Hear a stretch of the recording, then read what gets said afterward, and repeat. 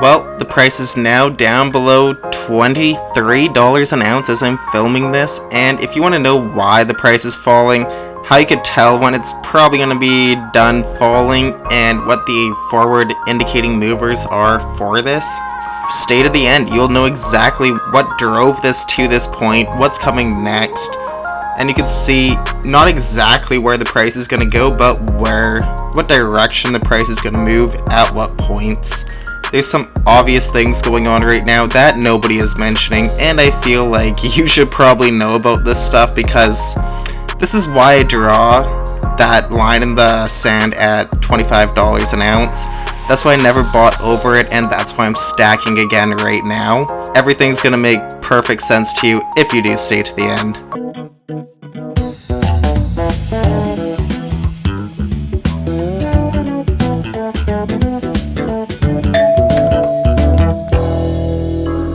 There's a real obvious reason why the price is falling.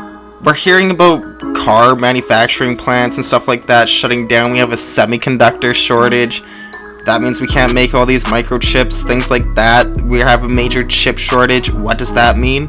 Well, one part missing on a car means you can't build the car, meaning you're not going to get the silver demand for the batteries like you were before. That also means that everything that silver is really used for has microchips. Those are all not being made as much as they once were, which reduces the demand side of things, because as you all know, everything comes down to supply and demand. It's really that simple, and when you have all of these things that are manufactured using silver and they're no longer requiring silver, that is not gonna last forever. I don't think that's gonna last too long. I think we're gonna ramp up production of everything. There's gonna be more exploration into semiconductors. I could see car manufacturers paying for their own mines of semiconductors and things like that. I could see a lot more investment for semiconductor supply in the future. So I'm not too worried about what's going to come with that. But what I do see is a lot of hype that has faded. I see a temporary lull, and I see it as now it's time to buy.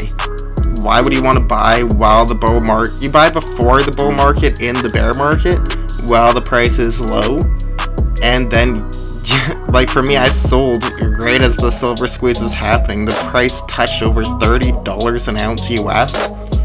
That was peak hype. I had to take advantage. The price is way down from there. Down from where I sold it from. I could buy it a lot cheaper than that. Realized some of the profits, and now I'm moving back into stacking and am bullish on stacking again. As I said, I'm not going to be spending like Iverson. I'm bullish on a few other things. Not silver before was the one thing that I was really bullish on. Right now, I see a few other opportunities I really want to take advantage of at the same time. I have a lot of cash set aside for investing and stuff like that because I was not buying while the price was high. I'm taking advantage of what things are now. One thing that I do see as a real forward-moving indicator for the price of silver would be vehicle prices. When they get the chip shortage fixed and all that, they're going to be able to really increase the supply of vehicles, which it won't be so high the price as it is now. The supply and demand really lift the price of cars right now. It's like over $100,000 if you want like a Chevy Tahoe that's fully loaded, and like that's crazy. That's a Chevy Tahoe. We're not talking a Cadillac or anything here. We're talking a Chevy Tahoe. That is insane. $100,000 for a Chevy Tahoe. That's what the chip shortage is doing. That's just taking away from all the silver that would have been going into all these products. Not as many of those products get made, drops the demand. Supply is increased because then there's not enough demand to chew it all up. You still need to.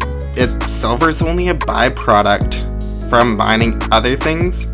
So all these other things such as nickel and all these base metals that we do need to mine a lot of because they are in demand, we're still increasing the supply of silver when that happens just based on how we mine silver. So that's going to keep increasing the supply, and we're gonna see this lull for silver unless we get some good investor demand. But the industrial side, things have really dropped off, and this is why I've been patient. This is why, because mainstream news has made all these rare earths very, very accessible, the information on all of this. You don't need to trust it, but you can just hear it and be like, okay, I'll do my own research or whatever. I don't know what you guys think about any news outlet or whatever. That's none of my business. I always think, do your own research, no matter who you hear it from, including myself. They made the knowledge extremely accessible. That's why I draw the line in the sand at $25. That's why I didn't buy above then. And that's why I'm taking advantage now. Because you know that's not going to last forever, especially when we're getting the economy coming back. People are starting to feel comfortable spending money again. That reduces the amount of semiconductors. There's a lot of plants that were producing these chips and everything were shut down throughout Beaver Fever. And that's everything that's been happening with the silver price right now. That's the primary driving factor. That is clearly what I see. And I just want to say thank you to everyone who's still watching. Please join the Beaver Dam spam, subscribe with all notifications on, stay positive, check out this video on the Venezuelan Bolivar. They are chopping off 6 zeros off their Bolivar, 1,000,000 to 1 ratio. Thanks.